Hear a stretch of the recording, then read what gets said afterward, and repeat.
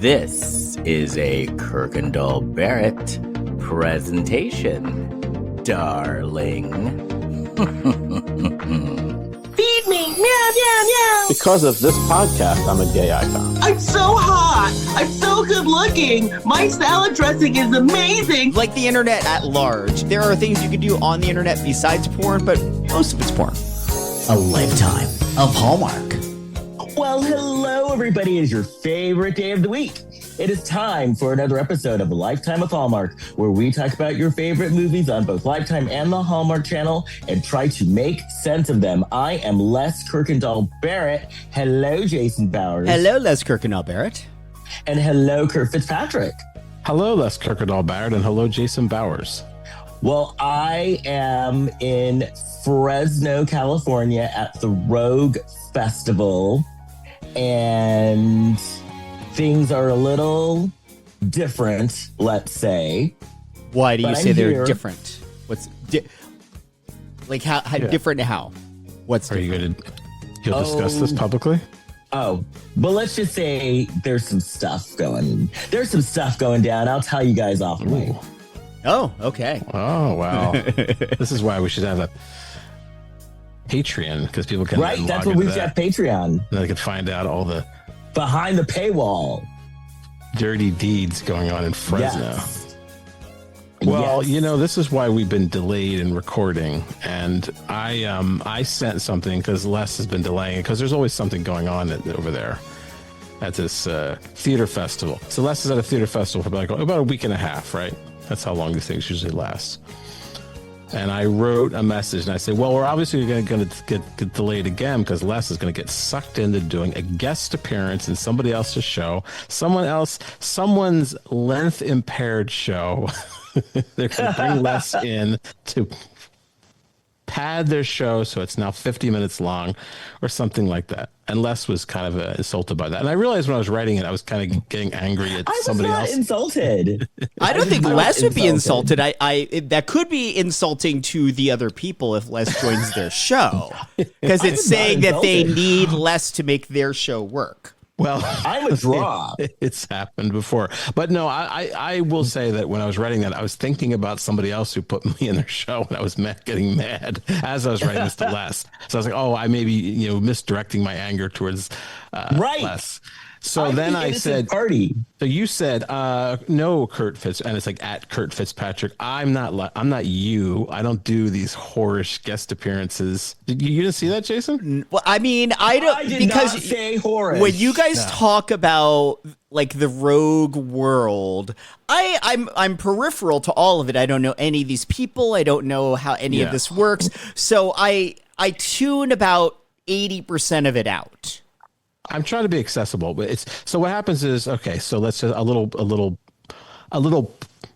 primer on this. So it's a theater festival. There's like a bunch of acts and people do shows. There we go. But sometimes somebody will have a show where they'll want like a special guest. And I've done many guest appearances. And so one of the reasons I do it is I'm trying to promote my own show. That's kind of my idea. I don't know if that helps.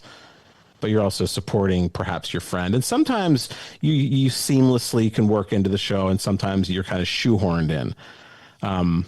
But I've done both. So I've done all kinds of things: storytelling shows, poetry shows, even though I'm not really a poet, improv shows. That's what I'm actually good at. Or sometimes they just put you in there somewhere. So so Les said, I'm not like you. I don't do like every show. I just do these specific things, like specific cabarets. And then the next night, like Les got suckered into doing the poetry slam, and he doesn't even have any poetry. Yeah, I didn't know you as a poet, Les. Is this a new thing? But this is what happens. I'm not a poet. I would get sucked into a ballet show. I'm sorry, I can't do the podcast. I have to learn a ballet number this afternoon. So it's the same thing. And boy, Les it was a rare moment. I saw Les with like his tail between his legs. He's like, guys. So I think I rescinded my apology too, because How dare you? It happened. Well, but I'll leave Les alone now. But How dare you? He had to get it. How dare you rescind your apology? I mean, I ended up as a co-host of this podcast because I was asked to be a guest on it. So You never know what's going to come of these and I things. said it works. I loved it. There's an improv show there at Rogue. I had a great time doing that improv show, but I was like seamlessly in. Sometimes, well, there's someone we know who did a length-impaired show where some people were being shoehorned in. But I'm not going to mention length-impaired show. We're not going to mention people's names. I'm sure that's all. I just like the concept of something being length-impaired. Length impaired because the show's got to be a certain length. The show's got to be like 50 minutes, and they only have like 30 or 35, so they've got to like increase. The show's been advertised as it's going to be an hour long, but they only have like somebody that has gone to many shows over the years, some good, some bad, some terrible, everywhere in between. I can tell you with the full throat that if the show is shorter than advertised, nobody is going to have a problem with that. Nobody in the audience is going to get mad if the show is too short. I think that's true, yeah. That's very true. I agree with you. Yeah, but sometimes you've got to some festivals, I think if you say you're an hour, then you have to be an hour. You say you're 50 minutes. In other words, there are some people who do get annoyed. Yes. Because they're like, well, I planned on this. You'd be surprised. Well, people get annoyed at everything. I planned my hour around this, and your show is only 40 minutes long. Those festivals are a trip. They have a couple of people made documentaries about these festivals, but I don't know if they've quite really tapped into it yet. No, they have not, because it is a lifestyle, and it's a lifestyle that's changed over the years too. I think some of them had to clean up their act a bit. With the changing times. It is interesting because I would assume like everyone, even if they've never done community theater, they sort of understand the world of community theater, but it feels like the Rogue Festival community is a very hyper-specific one and varies depending on the city. It's not community theater. I would say... Oh, no, I didn't mean to compare it. I just meant the like people have an idea of what community theater is, and so they probably equate Rogue something like that, and it's not like that at all. No, I would say this is more like vaudeville, and I'm not even kidding. That's true. Yeah, it's like vaudeville. It really is. That has been said. Yeah. All I know is there was a festival where there was an after hours. There was like an after hours meetup, sort of a bar, I don't know what it was, and they would and they were only allowed to be open to a certain point. When that time hit, they just locked the doors and they said, "That's it. You're locked in here for the rest of the night. Just party away until 5 a.m. or 6 a.m." Sounds like you're being like held hostage, literally. No, I don't think we were locked in actually, but it was like they were making an announcement like, "Okay, we legally have to close now, but you can stay till like 8 o'clock, or we'll just pretend nobody's here." That was Saskatoon. You never did Saskatoon, right, Les? No, I never did. That used to be a wild scene. They had to clean up their act.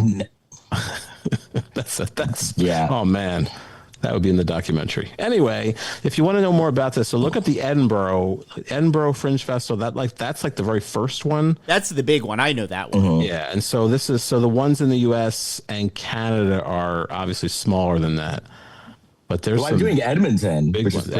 Edmonton's the biggest one in North America. Yeah. Yeah. And then so another thing is like there are a group of people who have been doing it for years who Kurt and I both have known for many years. Well, you and I have been in them for years. That's where I met Les back in 2005. In Cincinnati. That's right. In Cincinnati. And I met Kurt and I was like, this is going to be my mission to harass this person for the rest of his life. I know. And I'm making good on my promise. Yeah, but sometimes I come out ahead. Sometimes. Sometimes. But speaking of cleaning up their act, Kurt, do you have any Blac Chyna news? Doing a piece of China. China. I'm talking China. The Blac Chyna Report. Here's Kurt Fitzpatrick. Yeah, stop me if I did this before. I was having trouble accessing our previous podcast, but so this is from People Magazine. Blac Chyna says her kids, King 13 and Dream 9, don't care about social media. Yeah, I'm letting them be kids. Have I done this before? Yeah, we've heard that. Oh no, I thought so. I was trying to access. Oh boy, this is what I have prepared. Well, you know who else can't access it is King Cairo and Dream. They can't because they're not on social media. I'm looking up something quickly. Oh no, I got images. I'm looking up Tokyo Tony. Well, what is Tokyo Tony doing? I'm looking her up. Do you want to hear about? I love when Olive fails, you can always find something on Tokyo Tony. I should have had a backup. Well, here's something from the great Google. Google. I must have read this one before. It's that grape juice. I know I did that grape juice before. So it's Tokyo Tony slams horse face Kia. Yes. Yeah, I did this one. Yeah. Oh, yes, man. we've done. Oh boy. Let's see what's going on with. I'm sorry. I'm not going to be an anchor, a major network news anchor with this kind of thing. Who's the woman that we see who has? They said she had dementia and she was locked away. And Wendy Williams. Yeah. Okay, yes. let's see what's happening with her. I'm sorry, audience. This is unprofessional. All right, let's see the news. Let's see because we haven't kept up with her in a while. Oh, good. Oh no, this is sad. Now she's at someone's funeral. Well, it's not her funeral. No, her dad passed away, and I heard her funeral. I don't want to hear about that. Oh, man. Tokyo Tony didn't yell at anybody or call anybody a skanko or anything like that. She had alcohol-induced dementia. Her lawyer claims that's back in December. Well, that's good. So that's curable. I just looked up Blac Chyna, and when you're in Google, you can switch to the news tab. The third story down in my search for Blac Chyna news is a story from 2016, Rob Kardashian and Blac Chyna expecting first child from ABC News. Why is that coming up at the top of my feed? ABC, get your shit together. I'm trying to see what else. Has June Squib done anything? It's all the same stuff. Oh man. Has June Squib? I'm going to take a look right now, and then we can move on. I apologize to our audience and. Has Tokyo Tony not threatened to beat some hoe's ass? June Squib is joining Yellow Jackets for the final season. I was going to say that. There you go. Right. You just scooped me. You're the Blac Chyna reporter.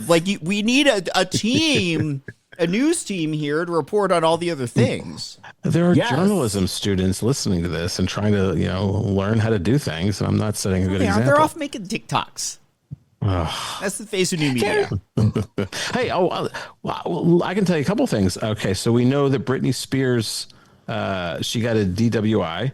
Yes. Right, so I heard about that. And I heard that Daryl Hannah is really pissed off at the John F. Kennedy show. Yeah. Because why did they not make her look good? She sniffs cocaine in it. She says she's never done it. She never did it. Well, that's not cool. They should make they say it's a fictional show of real people. Shouldn't do that. I disagree with that. Well, so they showed her doing lines. Yeah. So she's not happy. What do you think about I have never been enamored by the Kennedy political dynasty, and every couple of years there's a new movie or miniseries about JFK, and so now they've moved on to JFK Jr. But I just have never cared, and they're doing this movie about I was alive when JFK Jr. was still around, and I'm I don't care about this story. Yeah, I'm not enamored by their romance. I did like that Jackie would wear the big glasses, because she said that she wore big sunglasses because then you don't squint and you won't get crow's feet. Oh, this is me not caring.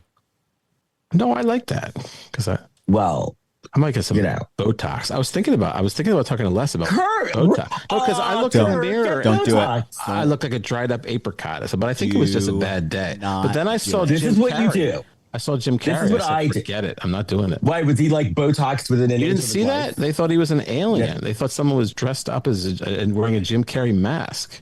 So this is what you do when you go in to get your Botox. I'm not going to do it. You say, I am an actor, and I need to move my face. So I want to go very conservative and get a conservative amount of Botox. And you think they'll do that international movie star Jim Carrey didn't say those words? Probably not. Yeah. He's probably like Goldie Hawn on the First Wives Club. I disagree, because Jim Carrey's moneymaker has been the elasticity of his fucking face. Yeah. Mm-hmm. Well, that's the thing. When I see people who got the plastic surgery, it's like, you don't look younger. You just look, I don't know what. Something like off. a cat. Like, why don't you just, it's like a probably just cat. better to look older. So there you go. Well, no, let's not get crazy, Kurt. All right. Like, it's gonna sound really harsh, but I think when you watch a lot of the Housewives shows, they all look super young in one part of their face, but like you can't get it all. So it's just like, it's really smooth until it's not. And it's unsettling. Well, Yeah. because it's filler. Filler is what does you in. Filler. Yes, filler is what does you in. You can get too much filler and then have Casper the Friendly Ghost face. Well, that's not why I have soft lighting. I don't know how I ended up with. I have. Yeah, Kurt has Sybil Shepherd lighting. If anybody watches Well, this on YouTube, it looks like I have soft lighting. Well, it's because I you do. put that Vaseline on your lens. Well, Like you know, Sybil Shepherd. I look like I'm 39, like Jack Benny, and with a youthful comment like that. It looks like Yeah. your camera, like you're recording this from an Olin Mills. Let's see. Do I have any crazy? No, look your at this. glamour I look shots. very smooth. Look at this. Look at Your this. glamour people. shots. I have not had a facelift. If I got a facelift, I look like that. But Kurt, Okay, I'm do cool. like, I would say think we're all holding up 27 well. units of Botox and you'll be fine. Like 27 units. You can still move your face. No, I think I'm just gonna. I think I'm just doing okay. So, you know. Or like a chemical peel. I'm okay with the peel. Microdermabrasion. I would do a peel or microdermabrasion, but I'm not putting stuff in there. Microdermabrasion. I think I still And like either my 80% of my Botox hair. lady, Yeah. my Botox lady's joke is like when she's like, she tells you what's in Botox because it's like botulism. And then at the end, her joke is always, okay, so now let's go poison you. Okay. Well, I think we're all aging well. So there you go. Yes, Where's I have my a big blood? birthday Knock next on wood. month. What? I have a scary birthday next month. Ooh. A scary birthday. You mean there's no cake? that's, on brand. that's what makes it scary. There's no cake. Yeah. What kind of hellscape is this? You know who I'm married to. Of course there's going to be cake. Yes. Why do you say that? I didn't know that. I thought Kurt was our resident cake expert. I didn't know John was. No, but John, my husband loves cake as much as Kurt does. I love cake too. I ate it at the Abbey, remember? I don't share my brand. That's right. You put your life on the you put your reputation on the line. Well, You look, take it like- out of you. Look, you don't see the cake being laced with anything. This is true. Lisa Rinna claiming that she was somebody slipped something in her drink at the Abbey. Yeah. Oh, I did hear some story from the Abbey. At the traders party. Yeah. Yeah, no one expects people to be eating any cake. I look forward to going there eating cake. Right. Oh, that is true. They're like, oh, we won't lace the cake. No one even touches that cake.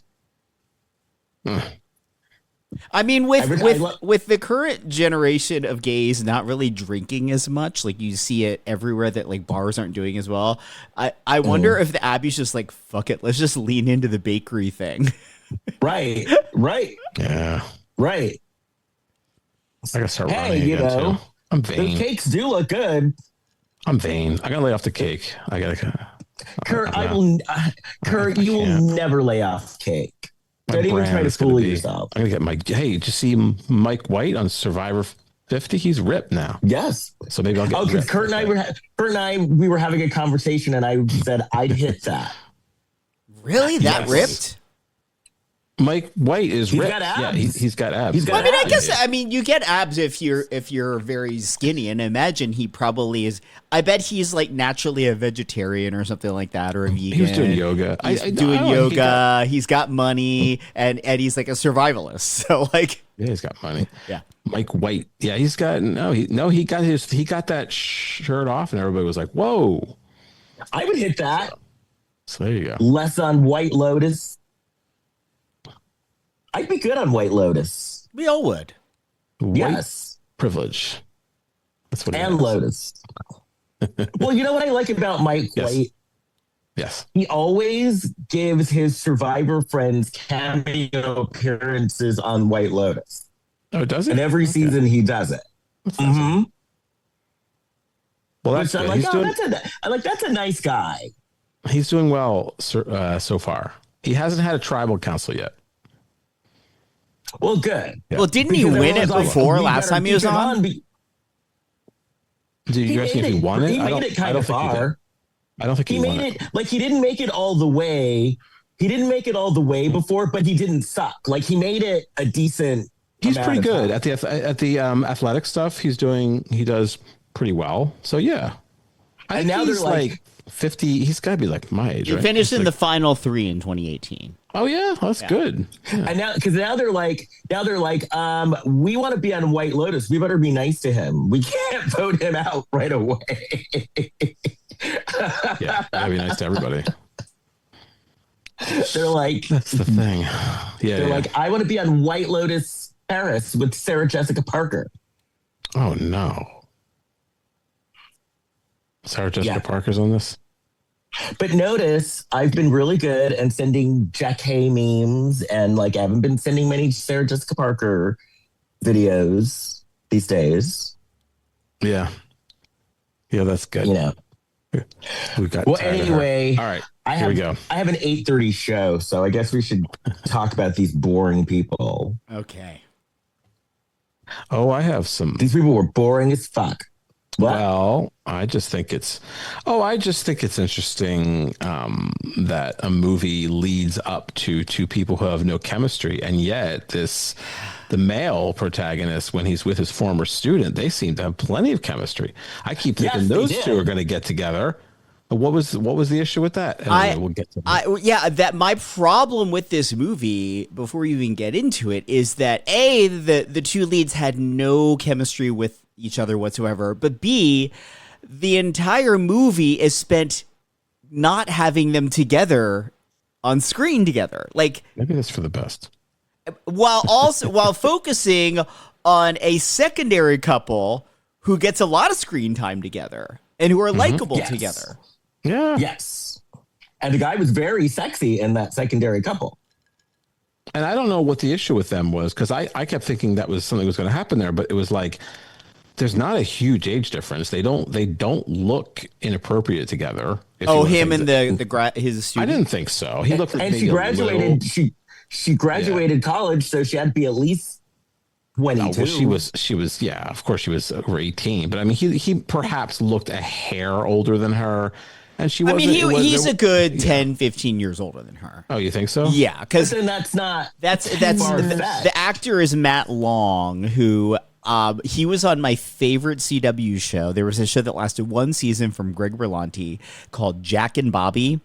And it was set in present day, but it was about two brothers named Jack and Bobby, named after Jack and Bobby Kennedy. And the premise was it's present day, but one of them does actually grow up to be president. And so you're trying to figure out which brother is the one that actually becomes president.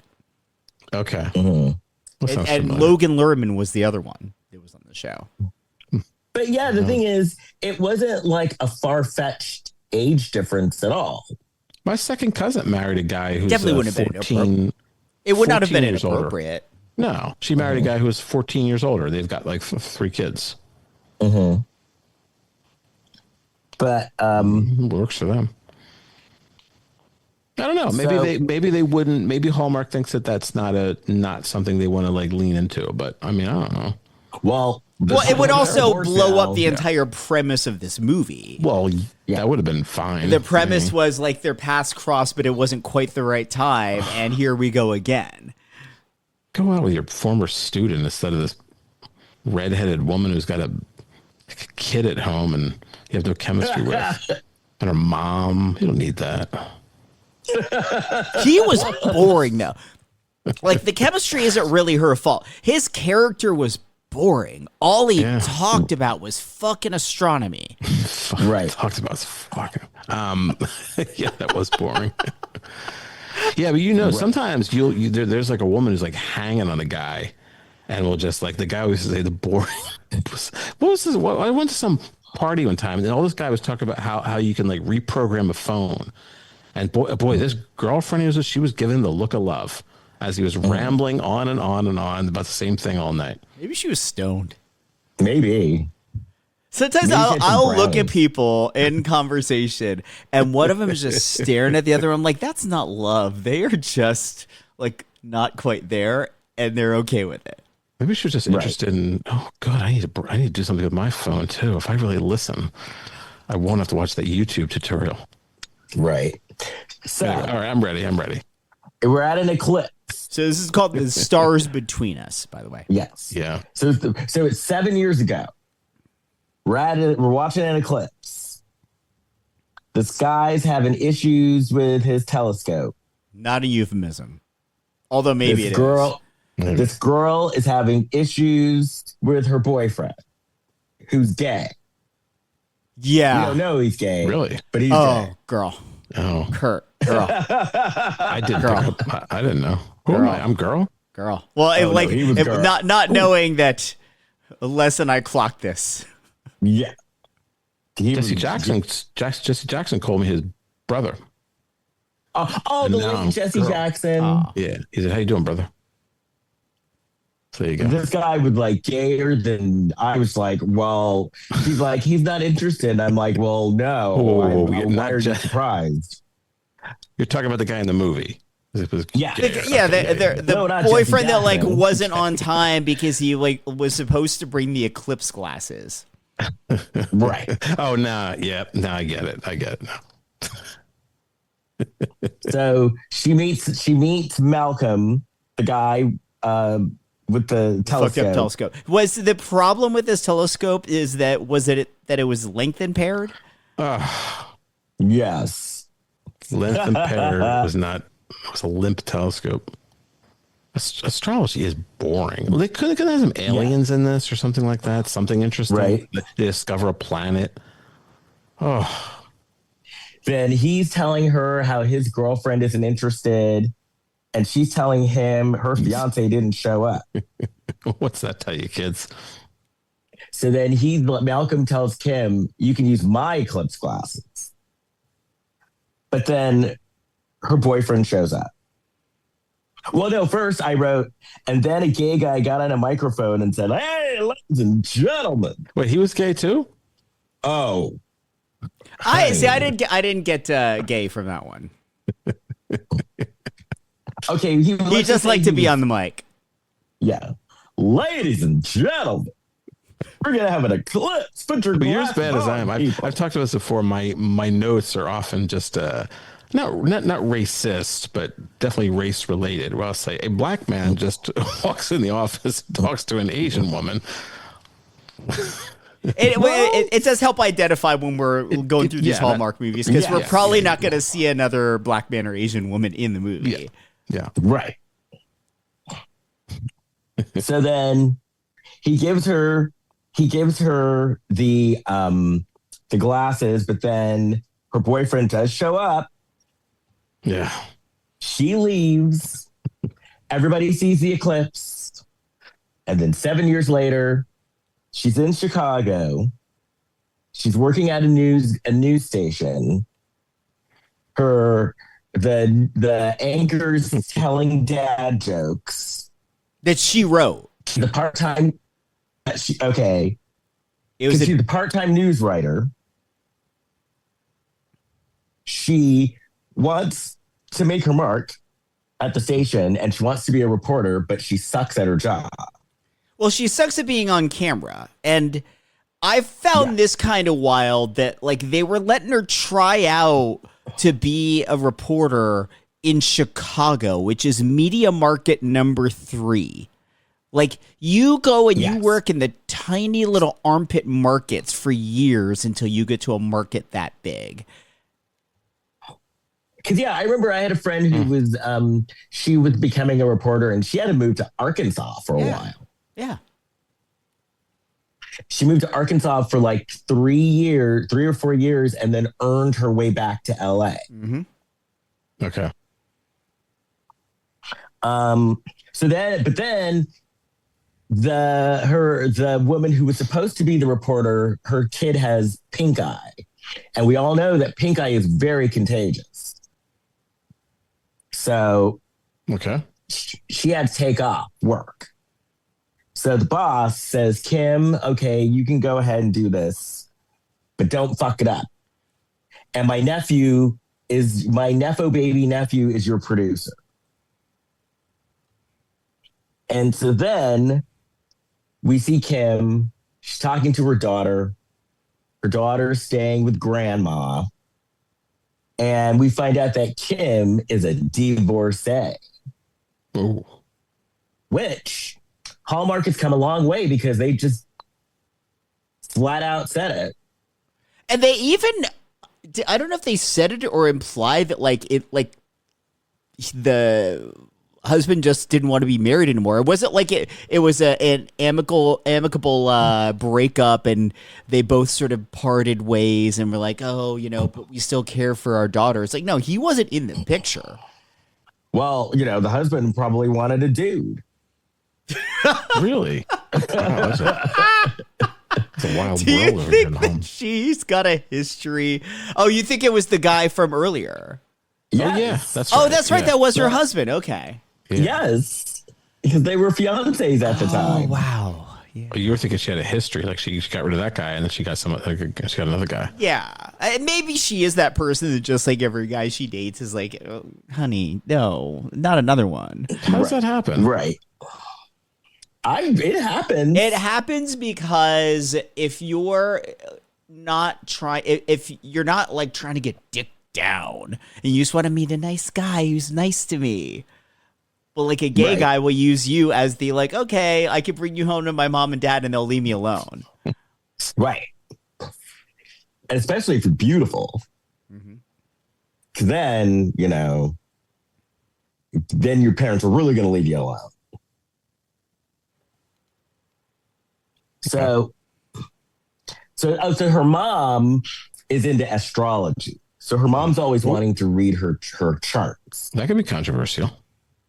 Astrology? I mean, she should have whipped out like a Ouija board. She said, no, I can't get anything from the astrology reading. Well, they were I don't know if normalizing is the word, but they were treating astrology as more legitimate than it's often given credit for being. That was a big theme in this movie. There are some strict spiritual people who I think would have issues with astrology. Oh, I'm sure. But it's pretty, it's a soft impact. That's why I think she should have whipped out a Ouija board and they should have contacted like the demon in the wall or something like that. Let's see what he has to say. I want her to call Miss Cleo. I'm Miss Cleo. Call me now. Call me now if you've a good read. I see a new baby in the next 3 months. And I see a lot of pink, but not for your baby. Not your She's baby. like, Miss Leo, I'm not even married. I'm a divorcee. Oh, my goodness. So she says to her mom, well, 7 years ago, I was at an eclipse and I met this really nice guy. And her mom's like, well, your chart says that, it could happen again. Yeah, another 7 years. So then we cut to boring Malcolm and he's talking to his sexy friend. His friend was hot. His friend was really hot. Yes. Travis. And it's hot with an accent. And I like an accent. Was it a New Zealand accent? Is that what they said it was? Yes. Oh, yeah, that accent was a little hard to pinpoint. He was very hot, though. Travis. And so... Okay. So Travis is basically... Oh, so then we... the next day, Kim is going with her segment producer. Claire's the camera woman, right? Claire's the camera With her woman. camera woman, Claire. They're both going and they meet Reed, who is the nephew of the station manager, and Reed is coked out of his gourd. Oh, so My coked out. God, was he manic? Reed was just like doing bumps. That's why his name's Reed. He's using a reed to suck up that coke. He put a line of coke down for every sentence in a book, and he read it with his nose. Oh yeah. Poor kid. And so, and then they also were given a shitty band. At least they got something. So then we see Kim. She's rehearsing, and she sucks. Yeah, these people aren't very good. Yeah. And how did this woman graduate journalism school? I don't know. Seriously. Like, she couldn't get through a sentence. She needs to go elsewhere. Find something that she might be good at. Stop pursuing someone she doesn't have any chemistry with, who she met 7 years ago. Life's a disaster. Right. She needs to change her name and hide out in the middle of like Montana or something. No. She needs to go work for the Trevor Project because she is clearly very welcoming to the gays. Right. Very comforting. She should buy a house at the base of a volcano.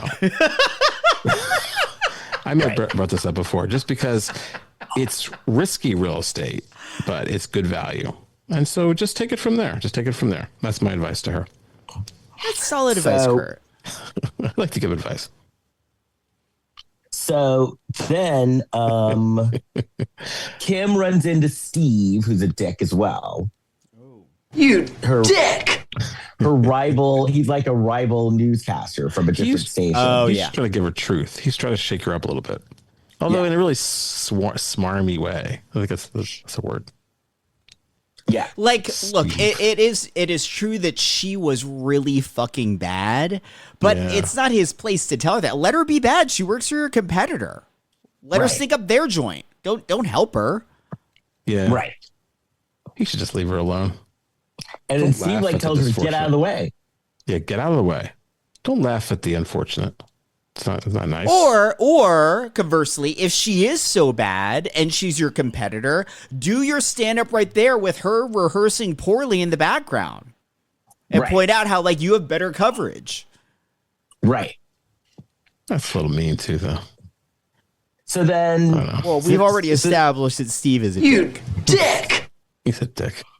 So then we see Malcolm and sexy Travis, and does Malcolm? So you're saying that Travis is like so hot? Does Malcolm?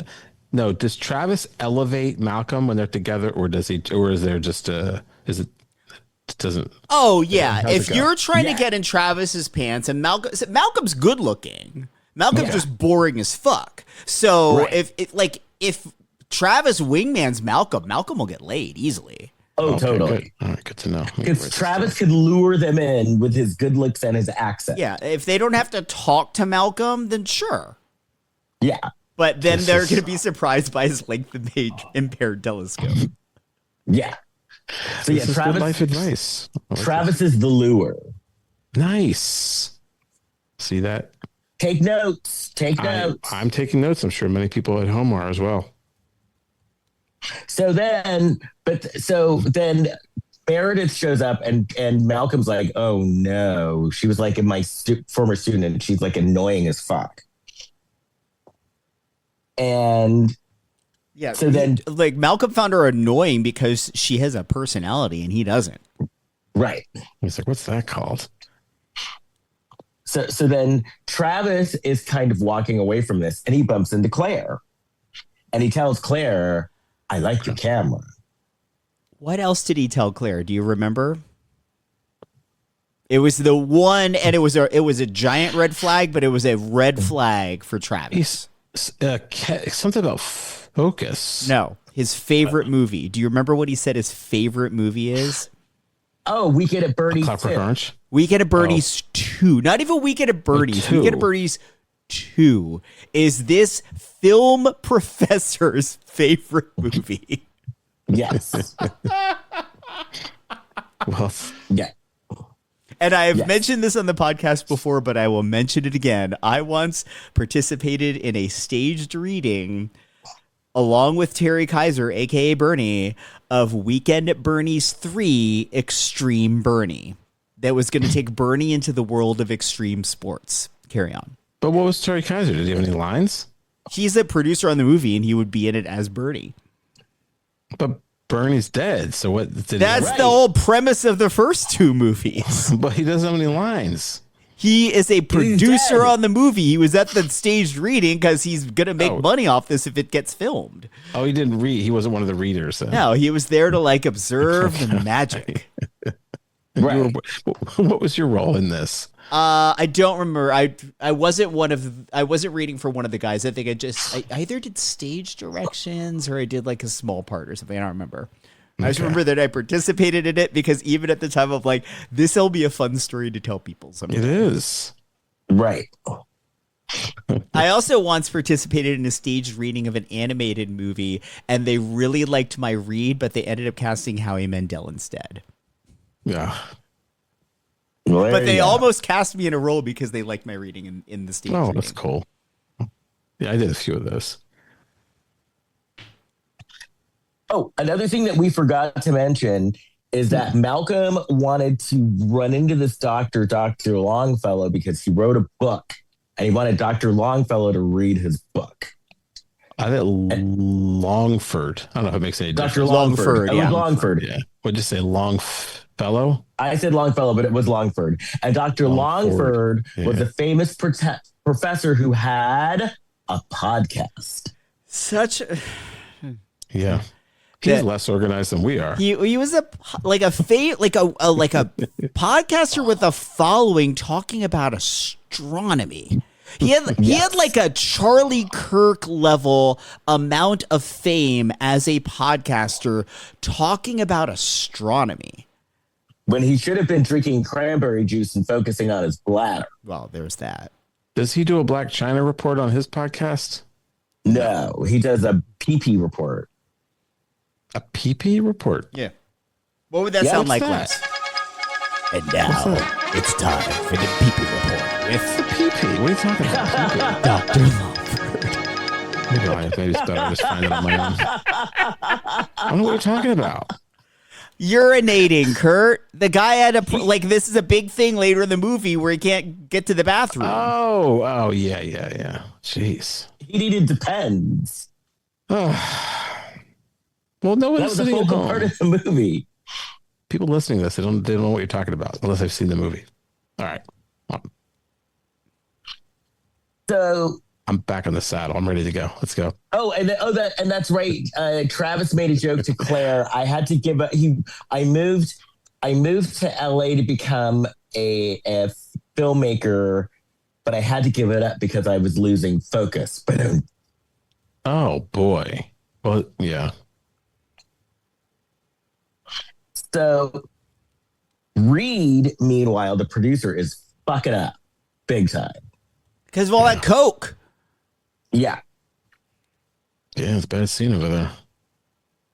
And they go to check into their room that Reed was supposed to reserve 3 rooms. Well, he was so coked out, he only reserved 1. This is where there's an excuse for an orgy. When Yeah. you're doing all that coke, it's... Because he has... We don't know that they didn't have one. No, he was too coked out for an orgy. Yeah, it's kind of if you do coke, then you get it you can't really perform, right? Yeah. Right. So we're pretty sure there probably not much went down. But we don't know, maybe they brought some other things along with the camera equipment. You know what I'm saying? Maybe. Yeah, I mean, I don't know if I want to further explore that. That's what Reed said to them. So Reed and Kim hate each other and are going at it. And I kind of admire Claire for this, because Claire's like, you know what, you idiots, you two deal with this. I'm going to the bar and having a drink. Oh, I think I like that too. It's like, this is your problem. Because while Claire's at the bar having a drink, she meets sexy Travis. And so, chemistry. I thought. yeah. Oh, yeah, for sure. Yeah. And so she's talking to Sexy Travis. Sexy Travis is making moves. Claire's making moves back. And I like the fact that they weren't a lame Hallmark couple. They literally were just making moves on each other. Yeah, like hitting on each other in a hotel bar. Right. Kim's drinking Claire's drinking some wine. Claire's drinking a glass of wine. He offers her a drink. She accepts it. Yeah. Oh. And then Kim comes up and cockblock. Kim was a fucking asshole for doing that. Actually, she was a dick. You dick! That's right. Because Travis was actually moving in. Oh, yeah. And Claire was ready. She was ready. She's ready to go. She blocked him. Yeah. And Kim, but I do like the fact, though, that when Kim cockblocked, he had a chance to ask her out. And they were like, oh, we're going to see each other later. Like, they didn't freak out about it. They were like, he's like, oh, I'm going to see her later. True. But still, I would have been like, hey, Kim, I'll meet you in a second. People are walking in the wrong. So Claire times. has to go upstairs and basically treat Reed and Kim like their children. Yeah. Well, they're acting like it. Doesn't Reed lock himself in the room? Has that happened yet? Yes. He did. Yeah. That's really. Yes. You know. And so Claire tells Kim, you know what? You need to just apologize to him because you were a bitch. Sometimes you do have to deal with people like this. And it's like, come on. Yeah. So Travis goes to Malcolm and he's like, you know what? I have like I met this woman and I have an instant connection with her. Have you ever had that happen? And then Malcolm says, well, 7 years ago, I was watching an eclipse with my telescope all out and I met this woman and she gave me good advice. So then they have like this party that was like a poor man's Eyes wide shut. Eyes wide shut. What kind of hotel is this? I wrote in my notes, it was the saddest recreation of Eyes Wide Shut. To make it more interesting, I found the Eyes Wide Shut music, like the Masquerade music, and I played that in the background. it was this music. I like you just created your own soundtrack. Yeah, I added my own like layer. That's the music. That sounds like a didgeridoo. I know, it does sound like a didgeridoo. Wow. That's the music from Eyes Wide Shut. Music was kind of weird, but I like that movie a lot. But yeah, it was very strange. You were asking Kurt something about the hotel? You said, like, what kind of hotel? What kind of hotel has a masquerade party? Well, it wasn't the hotel. Weird. Like, when a lot of times when you have these like big events or big conferences, somebody will throw a party related to and like it seemed like the eclipse was a big deal in this town because it had happened twice in 7 years. So it was probably some sort of thing that was set up to make money off of people being in town. Okay. Yeah. So they're in their masks, and then Travis is looking around for Claire, and then Malcolm is there, but then Meredith shows up in her mask. There were years ago. Wait, who showed up in her mask? You said Meredith. Meredith, the student. Meredith. Her name's Meredith? Yeah. Wait, I wrote it down somewhere. Oh, it is Meredith. Yeah, her name is Meredith. Okay, it is Meredith. I was thinking, remember there's a reality show years ago where like Monica Lewinsky was like sort of like the co-host, and it was all these guys it was like The Bachelorette, but all these guys wore a mask. And so she would have to, it was called like Mr. Personality or something like that. And she would have to like, choose them for their personality instead of their looks. Well, I mean, isn't that kind of the premise of Love is Blind too? Maybe, but I think it was before that. And then in the first episode, she decided which half of the guys had to go. And of course, I think she could tell who was good looking and who wasn't anyway. Yeah, if you wear just like a little mask around the eyes, you can largely tell if someone's attractive. Kind of had a mask, but so most of the guys would take out the mask and she'd be like, okay, yeah, that's what I thought. But then a couple she got wrong. A couple guys turned the mask and they were actually good looking. And she was like, oh. I was like, well, you're not really learning your lesson, are you? I love it. Yeah, she was like, oh, I should have kept him. But most of them she got, you know, she got the less attractive gentleman on, which was that was the whole point of the show. She was supposed to be choosing people for their personality. Anyway. So Travis is still obsessed with Dr. Longford reading his book. You mean Malcolm is. Longford. Malcolm. Yeah.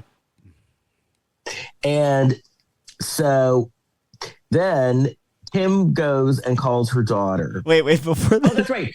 Before she calls the... Oh, no, actually, no. She calls the daughter. Sorry, I interrupted too soon. And by the way, Malcolm and Kim keep on missing each other.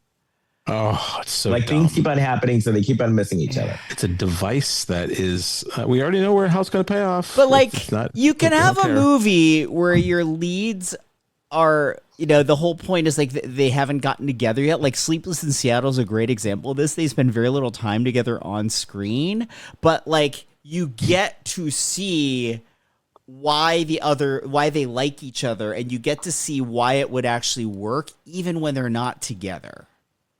Mm-hmm. So Well, this one doesn't work. Kim calls her mom, and I don't know if you noticed this, it bugged me, is Kim called her mom like normal way where she's holding her phone in portrait mode. Her mom was on the call in landscape mode. Oh, It's not compatible. no, but I didn't notice it. Many people aren't compatible in this movie. Fair. So then Dr. Longford is talking about how he's recording his podcast. Well, he calls into the party. They stop this party, and they're like, everybody look at the TV screen, and it's like fucking Max Headroom, Dr. Longford up on the screen, like doing a plug for his podcast, and everybody there is just rapt. This is the most exciting thing they've ever seen, is this stupid fucking announcement. And he probably zoomed in because he had to pee and couldn't leave the toilet. Yeah. And this guy, this Dr. Longford has this much influence over these people. He's who could we equate him with? Like Joe today. Rogan. He was literally, they were Like treating Joe it like he was literally as famous of a podcaster as Joe Rogan. Wow. Okay. And he was promoting that he was doing a live podcast after the eclipse. You know what that's called? A radio show. Yes. So Is it on a radio station though? I don't know, but it's like they were talking about it like it was going to be like broadcast live after the eclipse. My Heart Radio would have like live podcast. Though. Yeah, Maybe that's what he yeah, has. because they are a it's radio called iHeart. company, and it's a feed from their radio stations. Okay, so it's like some local radio station. Wow. Okay. Wow, the medium is the message. I'll tell you. So Kim starts talking to Malcolm, but they're wearing masks, so they don't recognize each other. And Okay. but then she gets a message that her boss, Reed's uncle, wants to talk to them all. And first he yells at him and he's like, "You guys are fucking up, dumbasses." Yeah, he curses a lot. And then he says, So much cursing in this movie. Yeah, like, cursing this movie. I was surprised. and then he says, "You better get it together because our affiliate is having problems. And so they want to use you too. And so we're going national." The profanity. This was the Eddie Murphy Raw of Hallmark films. Yeah. He's like, we're going national. So get it together. Get together. So now they're going. So Jason, you were disturbed there in Chicago. Now they're going national. Yeah, not only is she not qualified to be on in Market 3, she's not qualified to be nationally syndicated for this major event that's happening. They hooked up that high beam telescope and discovered that she's going to be broadcast on other planets as well. Other life forms are going to be watching her. Like imagine like a presidential inauguration and some like podunk local TV station. They pluck somebody from that station that's never been on the air, and they're like, "Okay, you're covering the inauguration nationally." Breaking news. But I love the fact that Claire once again is like, okay, this is your problem, not mine. I'm going to go and meet hot Travis and get dick down. Well, because Claire's job is merely to flip on the camera and tell her, like, when she's on, she can't help that Kim sucks. That's on Kim to figure out. That's not her job. Yeah. So Claire's like, I'm gonna go get dick down by my hot dude. For sure. You dick. You dick. Down. So she leaves them and she goes. You don't come to work to be dick down. That's not irresponsible. That's not responsible. She's not at work at the moment. She's on a work trip, but they're not filming right now. And Travis, the film professor, is there with his giant long lens from New Zealand, ready to enter Shire. She's getting dick down. She's not getting coked up like Reed. No. She can function the next day. What this? I didn't see this film as a den of. I mean, they're essentially this is the equivalent of like going away on a convention. Like, you know, you're at some strange hotel, a bunch of randos there. People are putting key cards in a bowl. Holy! Right. I'm starting to like this movie now. This is a nightmare. So I love it. Claire goes finds Travis. Claire goes finds Travis, and they just start making out. I don't blame him. Do what you can do and relieve the boredom. Now, this is a part. This is one part that I did like Malcolm, because Claire, at one point, Claire and Travis are talking to Malcolm. Malcolm's telling the story that's so boring that they just start making out to pass the time, and Malcolm knows to get up and leave. Yeah. Yeah, he's a wet noodle. and so, wet blanket. He's wet something. What is pants? So, meanwhile... Well, this is also, as he's getting ready to leave, then Claire is like, let's the three of us take a selfie. Yeah. Huh? But she's being nice. Yeah. Sometimes you feel sorry for the person, so you're just being nice. I want you to feel like you're included. Let's take a 3 and a selfie because I feel sorry for you. So then Travis tells his story. Poor Travis. He went to Hollywood to be a filmmaker, but he ran out of money, so he became a college professor. Okay. And then I like how they started talking and having a common sense Hallmark conversation. We're falling for each other, but we don't live near each other. What are we going to do? So what was the solution? Neither agreed to give up their life. And I was like, okay, you go, Hallmark, very good. Yeah. Oh, that's good. So, because now we're in a new Hallmark where you can imply that Travis is still getting it in. Right. Oh, yeah? Yeah. So then Malcolm calls Dr. Longford's office, and his assistant is like, oi, you again? No, Reed calls him. Oh, Reed. Wait, we have a podcast. Do you guys have an assistant? Because Malcolm called and she was like, you called me 5 other times. And yes, I'll give him your message, but I like nothing's changed since you called 3 times ago.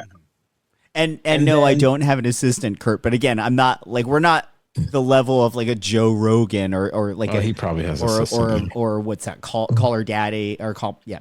Like we're not that big yet. And then Reed Kill Tony. It's not another big one right now. Yeah. Kill Tony. Where do we rank in the podcast? There's like a list. They're like the top 5. Where are we? Is there like, are we somewhere on the list? On the list. We're on the list. Do you know the number? You just want to say it? I mean, it's probably got some digits in it, plural. Okay. Oh, then yeah, Reed called and actually stole the podcast interview from Steve because he said we're going national. Yeah. Look, we've been making fun of Reed because he's doing all kinds of coke, but his shiftiness actually helped him steal this interview. His cokiness, his sketchiness from hanging out with like coke dealers. Yeah, for sure. Like he's got to know how to talk to these people. Because Longford is doing bumps of coke too. Like that's what he didn't. Maybe he didn't have to pee. He was probably going to like go do a bump before the interview. Probably. Oh, so then at one point he's peeing powder. Reed was having a conversation with him, and then he brings up how he was raised by a single mother. I was like, what does that have to do with anything? He's connecting with her because she's a single mom. Oh. Who's a single mother? I stopped paying attention. Kim and Reed's mom. Yeah. Reed's mom? Yeah. Oh, yeah. They look like they could start getting it on in this scene. They're like sitting on each other's beds. They did, but also, did you? It wasn't in this scene. It was the earlier scene when they had their first heart-to-heart. Did you notice the way they had Reed styled? It was like they were trying to do a mini recreation of Dear Evan Hansen. Oh, he did look a little like that he guy. looked like Evan Hansen in one scene. Remember that movie came out and the kid who played Evan Hansen was like way too old? Ben Platt, yeah. Yeah. Oh, well. Yeah. He was like Evan Hansen's grandfather. Yeah, they did that with Rent, too. They made a Rent movie, which I actually liked, but they were too old. Anyway. So then Malcolm was telling Meredith or someone that he was a teacher because of someone who he met at an eclipse 7 years ago, which was Tim. So then the next day was the day of the eclipse, and Claire was talking about how she went and said goodbye to Travis, but they were going to like use common sense. And then Steve is mad because Steve is like, you motherfuckers lured my interview away from me, Dr. Longford. Did you think it was shitty that Malcolm told Claire, like, hey, Travis just got through a breakup? Yes, I do think that was shitty. That was not his story to tell. I think he was trying to be helpful, but it almost seemed like sabotage. Yes, I agree. Yeah, Malcolm, he doesn't have the people skills for that kind of stuff. No. Those kind of interactions. Yeah. Malcolm's a bummer. Yeah. So then who was it? Someone said that they read. He's a flatline. Malcolm was talking to Meredith, or who was he talking to, saying that he wanted Dr. Longford to read his book. And then I think he was talking to Meredith about that. Because there was something that came up where I wrote in my notes, I bet Meredith is going to become Reed's love interest.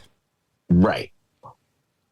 And then, I had to leave the room for a second. So then what happened? I don't know.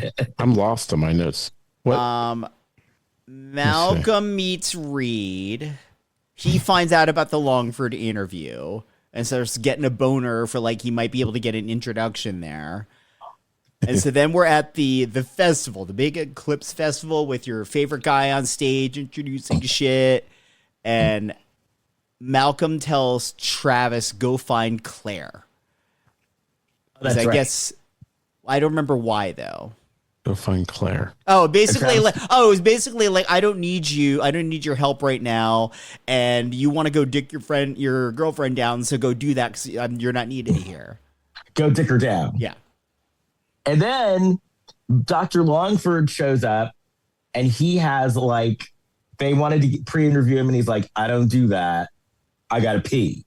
Yeah. And Kim also, she did her little tease on the network, and it actually went well. She didn't stumble over herself like a moron. Right. He doesn't say he has to pee. We don't know what he says. Has to go to the bathroom. This is true. We don't know what form. We suspect it could either be a bump of coke or the high fiber intake. We're not sure. Right. So he ate some Metamucil pills or something. Like a lot of things could go on in the bathroom. Or Metamucil bars. He woke up that morning and he's like, I want that third bowl of grape nuts, but I'm going to chase it with a gallon of heavy cream. I went to a gas. I may have talked about this before in this podcast. I went to a gas station bathroom and someone wrote Rod Stewart loves the Hamptons on the wall. I mentioned this before. Yeah. That's probably what he's doing. He's in the bathroom to write down the wall. He probably puts up ads about his fucking podcast. Well, maybe we should too. Dr. Longford's got it going on. So then Dr. Longford's running the bathroom and Steve runs into him and says, hey, you're going the wrong way. You go this way to the bathroom, and sends him the wrong way to the bathroom. A saboteur. And then what happened after that? So I had to leave the room again. What was going on in the other room? Because I got to get ready. I was getting ready. Oh, okay. Okay. I have to have my stuff ready because I got to run after this. I have a show in an hour. People want to know. Audiences are listening to this and saying, "What's happening in the other room?" I have to be ready to run after this. I have we better keep in going. an hour. All right, here we go. They realize like, hey, interview's coming up. Dr. Longford has gone off to take care of his fiber intake, and but he's not picking up because of the spotty coverage. He's chowing down on a lunar cake. How did you feel about that, Kurt? How did you feel about that? He was eating a lunar cake. What did I think about that? I don't have an opinion. I don't have a memory of that. I do remember him going to the bathroom. I remember this Dr. Longford. But I don't remember. Did somebody give it to him? I think he bought it, like when he went, on his way to meet them. So, he runs off to the bathroom. He's missing, and then Reed is like, "Okay, well, let's pivot." Malcolm's an astronomy professor, so tells Claire and Travis, "Take the equipment up the hill." Reed gives Kim a pep talk, like, "Hey, you can do this," and they go up the hill to do this interview. Kim still doesn't know that the guy she's going to be interviewing is boring Malcolm. Right. And then Malcolm is freaking out about being on camera because he's never done this shit before. He still hasn't met Kim. And then they're going to link the feed from the telescope and the antenna, and they talk about like, oh my God, why did nobody think of this before? Yeah, why did nobody think if we have the capability to actually show live coverage of the eclipse happening, they didn't think to do that before today, the day of the eclipse? They're learning on the job. They are morons. So they do that, and then... the camera's on, and Kim and Malcolm turn towards each other, and they're both like, "Oh, what? Huh? You?" And they're like doing the interview, but like flirting while they're doing the interview. It was bad. It was actually bad TV. Right. Yeah. And then that happens, and then the student at Meredith asks Reed out on a date because she needs some coke. Well, he was trying to. Malcolm was trying to hook her up with him. He's like, "Oh, he's cute, huh?" I was like, "Oh, that's appropriate." So why wouldn't it be appropriate for him to ask her out himself? I mean, is it possible that Meredith doesn't like the D? Right. Well, yeah, we don't know. The B, the D, the B. Oh, the D. Dick. But she's now with Reed. Well, she is, but like we don't know what Reed's. But maybe she likes the V. Like he can't get it up the coke. Right. Wow. So he's like a safe place for her. Yeah. Maybe she likes the V. Anyway, Kim and Malcolm are chatting. It's getting darker, and they kiss, and they miss the eclipse. These dumb fucks missed the eclipse. I saw this a couple of days ago. And then Longford comes. He invites Kim and Malcolm onto the podcast.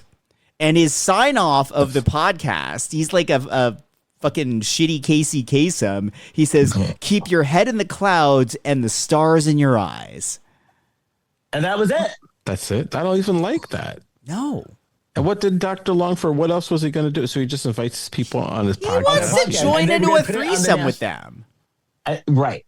Why doesn't he have that's the guy's the Pornhub math teacher on his podcast? He might. That's what he needs. Probably will. Probably will. Well, anyway, kids. That guy listens to us. All right, yes. I got to go. You got to go. You got to do the show. Man. If you want to catch me, you can find me on my website, letscrocodilebarrett.com. Jason. Please rate, review, and subscribe to us wherever you get to your podcast. It helps more people find the show. We are on Facebook, Instagram, and Threads at Lifetime of Hallmark Podcast, on TikTok at Lifetime of Hallmark Pod, and on Blue Sky at Lifetime of Hallmark. And you can find me on Facebook, Instagram, Threads, and TikTok at Big Shot Jason. Kurt. Okay, so go to the Shelf Shedding Movie Podcast. That's Jason DeBray, a brand new podcast, brand new shows. We have half of the Oscar podcast is finished. I think it's done. I think it's up. So go listen to that. And I'm recording the rest of it tomorrow night. When is DeBray coming out with here? We could aim for next week. Let's aim for that because the Oscars are coming up. Oscars are coming up. All right, let's do that. All right. And Yeah, that's it. I gotta go. I gotta be on stage in an hour. Bye. All right. Bye.